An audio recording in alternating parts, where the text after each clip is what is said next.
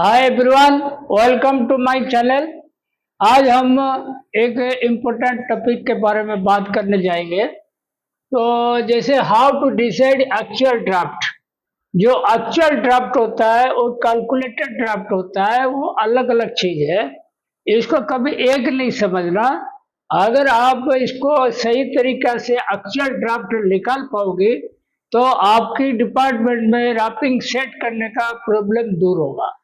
अगर actual draft नहीं निकाल पाओगे तो आपके डिपार्टमेंट में रैपिंग सेट नहीं कर पाओगे। तो वो किसका ऊपर डिपेंड करता है? देखो, फैक्टर्स डिपेंड्स।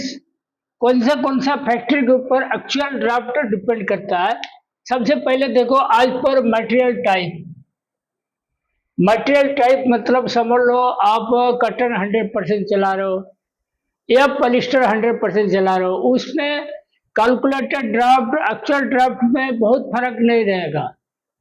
मतलब इसमें देखो, जैसे आप कॉटन चला रहे हो, मैं बोल रहा हूँ, देखो कॉटन चला रहे हो, समझ लो कार्डिंग में आपका वेस्ट रहेगा, वेस्ट परसेंटेज 5 से 5.5 तक रहेगा। ठीक है। अगर अ, अगर आप इसमें चलाते हो, पॉलिस्टर चलाते हो, कार्डिंग में ज्यादा से ज्यादा आपकी 1% तक रहेगा। ज्यादा से ज्यादा 1% तक रहेगा। तो उसमें क्या होता है, जैसे समझ लो कार्डिंग बैट का वेट समझ लो हो गया 450 ग्राम। ठीक है। आपको स्लाइबर का ग्राम पर मीटर निकालने हैं। कितना? समझ लो आपको 4.5 का निकालने हैं ग्राम पर मीटर। ठीक है। तो इसमें देखो, इसमें एक्चुअल ड्राफ्ट, इसमें कैलकुलेटेड ड्राफ्ट कितना हुआ? कैलकुलेटेड ड्राफ्ट हुआ 450 डिवाइड बाई 4.5 इक्वल टू 100। तो इसमें अगर कटन चला तो ए वाला परसेंटेज काट के एक्चुअल ड्राफ्ट निकलेगा। तो इन केस ऑफ कटन में कितना आएगा एक्चुअल ड्राफ्ट?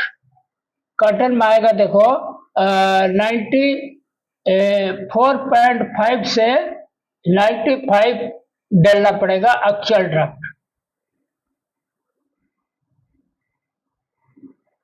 ठीक है। और अगर इधर कटन या पॉलिस्टर चला रहे हो तो इसमें क्या आएगा? देखो, इसमें 1% अपन मैक्सिमम पकड़े, तो इसमें 1% घटा दो, 99 एक्चुअल ड्राफ्ट डालना पड़ेगा। एक्चुअल ड्राफ्ट अगर पॉलिस्टर है तो। इसीलिए ये डिपेंड करता है मटेरियल के ऊपर। ठीक है। मटेरियल अगर वही कॉटन है, वो ज्यादा खराब कॉटन है, तो आपका वेस्ट ज्यादा निकलता है, तो उसमें भी फर्क पड़ जाएगा। तो वो डिपेंड करता है कितना वेस्ट निकालोगे और उसमें क्या क्या है, शर्ट फाइबर कितना है, ट्रास कितना है, सारी चीज दिक्कत करता है। आज पर ट्रास परसेंटेज जैसे पता है आपको, समझ लो आप कॉटन ही चला रहे हो, किसमें 3% ट्रास है, किसमें 7% है। जब आप कार्डिंग में चलाओगे, वो ब्याट कार्डिंग में भी ट्रास निकलता है, तो उसमें ही फर्क रहेगा। आप कार्डिंग में कितना शर्ट फाइबर निकला, कितना ट्रास निकला, उसी हिसाब से कार्डिंग में हमेशा ध्यान रखो। कार्डिंग ऐसा डिपार्टमेंट है जिसमें ये होता है कैलकुलेटेड ड्राफ्ट। हो गया, इधर बताया मैंने। हमेशा कैलकुलेटेड ड्राफ्ट से वेस्ट परसेंटेज घटाओगे, ये ध्यान रखना कार्डिंग में। आज पर शर्ट फाइबर कंटेंट समझ लो, आपने शर्ट फाइबर कितना निकाल लो, उसी हिसाब से वेस्ट परसेंटेज भी चेंज हो जाएगा। आज पर टीएम अप्लाइड, ये सिंपलेस और रिम फ्रेम के लिए है। ये रिम फ्रेम और सिंपलेस के लिए है।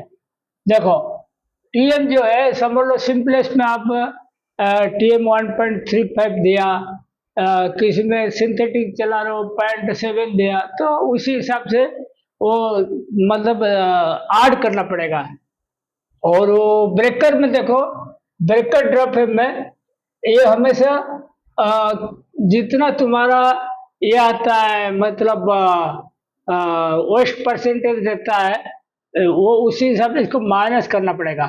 समझ लो आपकी ब्रैकेट ड्रॉप है में आपकी ड्राफ्ट बैठा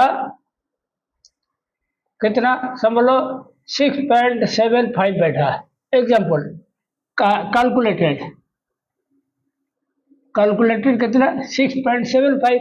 तो ब्रैकेट ड्रॉप में क्या होता है, सर्ट फाइबर निकलेगा, डस्ट पार्टिकल गिरेगा, तो इसीलिए इसमें क्या होता है, इसमें माइनस करना पड़ेगा Z%। Z% जो भी आएगा इतना माइनस करके एक्चुअल ड्रॉप निकलेगा, ठीक है। अच्छा, इसी केस में अगर फिनिशर ड्रॉप में जाओगे तो उसमें क्या होता है 1% जाएगा। 1% क्यों, फिनिशर ड्रॉप में ऑलरेडी सर्ट फाइबर ज्यादा निकल जाता है ब्रेकर में और ट्रांस पार्टिकल वगैरह गिर जाता है, तो उसमें ज्यादा फर्क नहीं पड़ता, 1% खाली कम कर दोगे हो जाएगा, ठीक है। टीएम रिम फ्रेम और सिंपलेक्स के लिए है। फाइबर स्ट्रेंथ, समझ लो फाइबर का स्ट्रेंथ बहुत ज्यादा है, बढ़िया है, तो रप्चर कम होगा, सर्ट फाइबर कम बनेगा, सर्ट फाइबर बनेगा तो प्रोसेस में सर्ट फाइबर बनेगा, नहीं तो उसी हिसाब से आपके ड्राफ्ट चेंज हो जाएगा। सर्ट फाइबर कम रहेगा तो ड्राफ्ट ज्यादा फर्क नहीं पड़ेगा। फाइबर स्ट्रेंथ पे डिपेंड करता है। फाइबर फाइननेस मतलब ज्यादा पतला फाइबर होगा टूट जाएगा, सर्ट फाइबर बनेगा, वो भी डिपेंड अफेक्ट करता है एक्चुअल ड्राफ्ट निकालने में।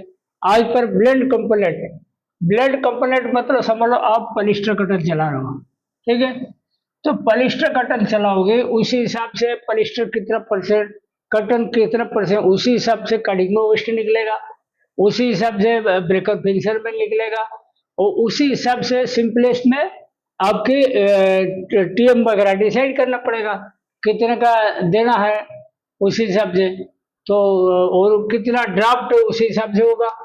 तो ये ब्लेंड के कंपोनेंट के ऊपर भी डिपेंड करता है। आज पर पर्पज ऑफ यूज, समझ लो आप यूज पर्पज क्या मतलब, आप होजियर काउंट बना रहे हो, वर्क काउंट बना रहे हो, होजियर में टीएम कम जाता है तो उसमें अपना जो एक्स्ट्रा ड्राफ्ट देते हैं वो कम हो जाएगा, वर्क काउंट होगा ज्यादा होगा। पर्पज ऑफ यूज का इसका मतलब ये हो गया। आज पर ट्विस्ट कंस्ट्रक्शन क्या होता है, वो डिपेंड करता है कितना आपने टीएम दिया। टीएम समझ लो मैं एग्जाम्पल बोलता हूँ, देखो जैसे 30 kW, ठीक है, इसमें आपने समझ लो 4.3 टीएम दिया, हो गया, और 30 kW 30 समझ लो होजियरी,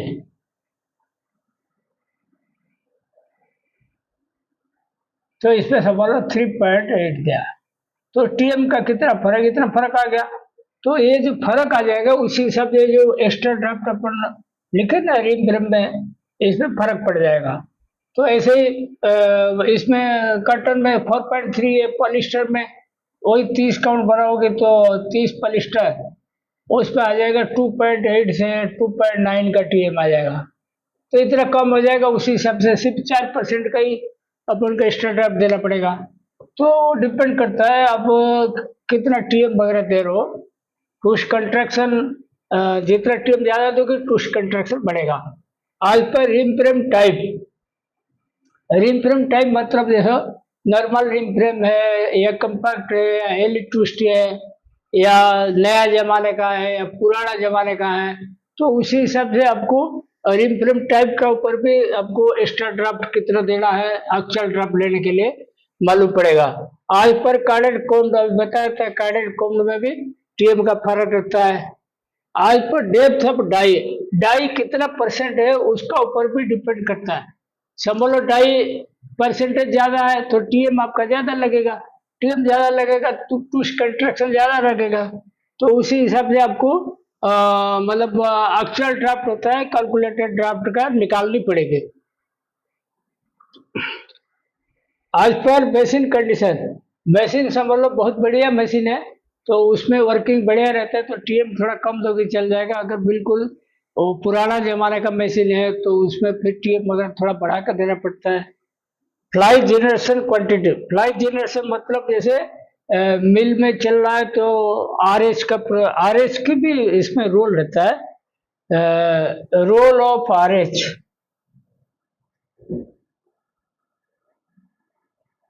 समझ लो, आर एच आपकी पूरा ड्राई रहता है, बिल्कुल ह्यूमिडिटी वगैरह मेंटेन नहीं रहता, तो उसमें सर्ट फाइबर जनरेशन हो जाएगा, इनविजिबल लॉस बढ़ जाएगा। तो आर एच का ऊपर भी डिपेंड करेगा। Fly accumulation over top clearer. देखो जो टॉप रोलर होता है ना, चाहे आप मतलब पॉजिटिव क्लियरर सिंपलेक्स का सोचो या टॉप क्लियरर रिम फ्रेम का सोचो, वो शॉर्ट फाइबर जो होता है धागे के साथ या स्लाइबर के साथ नहीं जाके वो टॉप रोल में या पॉजिटिव क्लियरर में जमा हो जाता है। तो जितना ज़्यादा जमा होगा उसी मटेरियल से तो जमा होगा, तो उसी हिसाब से वो परसेंटेज उसका भी चेंज हो जाएगा। इनविजिबल लॉस, इनविजिबल लॉस और ड्राफ्ट का बहुत फर्क पड़ता है उसमें। समझ लो कार्डिंग में आपने जो वेस्ट निकला वो इतना पकड़ पाया, समझ लो 6% का है, और अगर उसमें सर्ट फाइबर ज़्यादा है, डस्ट है, तो ये सब क्या उड़ जाएगा, वो पकड़ में नहीं आएगा। वो भी आपको कंसीडर करना पड़ेगा, वेस्ट में कितना घटानी है उसी हिसाब से घटा दीजिएगा। समझ लो 6% आप वेस्ट पकड़ पाया और 0.5% उड़ गया, तो 6.5 घटा देने का एक्चुअल ड्राफ्ट लेने के लिए।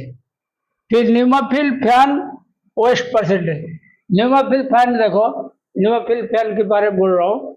जैसे कोई धागा कट जाता है, वो पूरा पूरा जाता है न्यूमाफिल फैन में, लेकिन आप ये ध्यान रखो, समझ लो कोई भी धागा नहीं कटा, फिर भी न्यूमाफिल फैन में मतलब पंखा भरता है। क्यों भरता है मालूम है?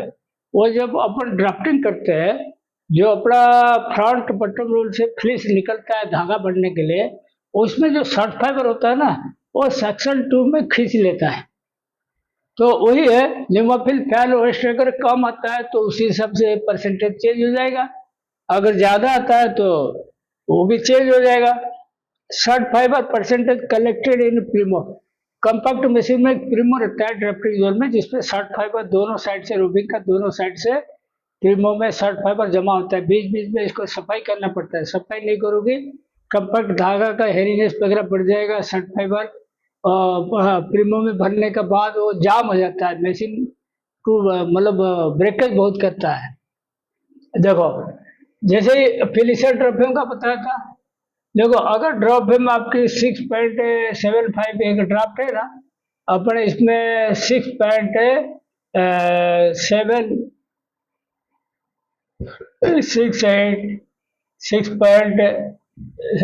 ऐसे ही ड्राफ्ट देते हैं हम, एक्चुअल ड्राफ्ट।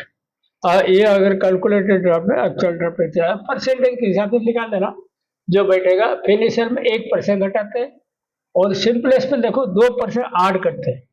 सिंपलेस में 2% ऐड करते हैं, समझ लो आपके सिंपलेस में मतलब स्लाइबर जो आरएसबी का स्लाइबर है का 0.110, ठीक है, और रोबिंग है का है समझ लो 1.10।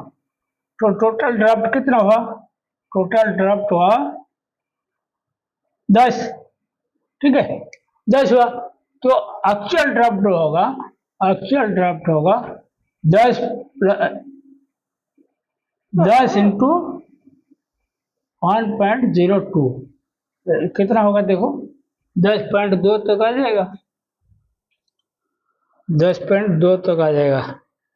10 इंटू 1.02, हाँ 10.2 आ जाएगा। तो ये होता है सिंपलेस का कैलकुलेशन। इतने का एक्चुअल ड्राफ्ट देना पड़ेगा उसकी जगह, 10 की जगह।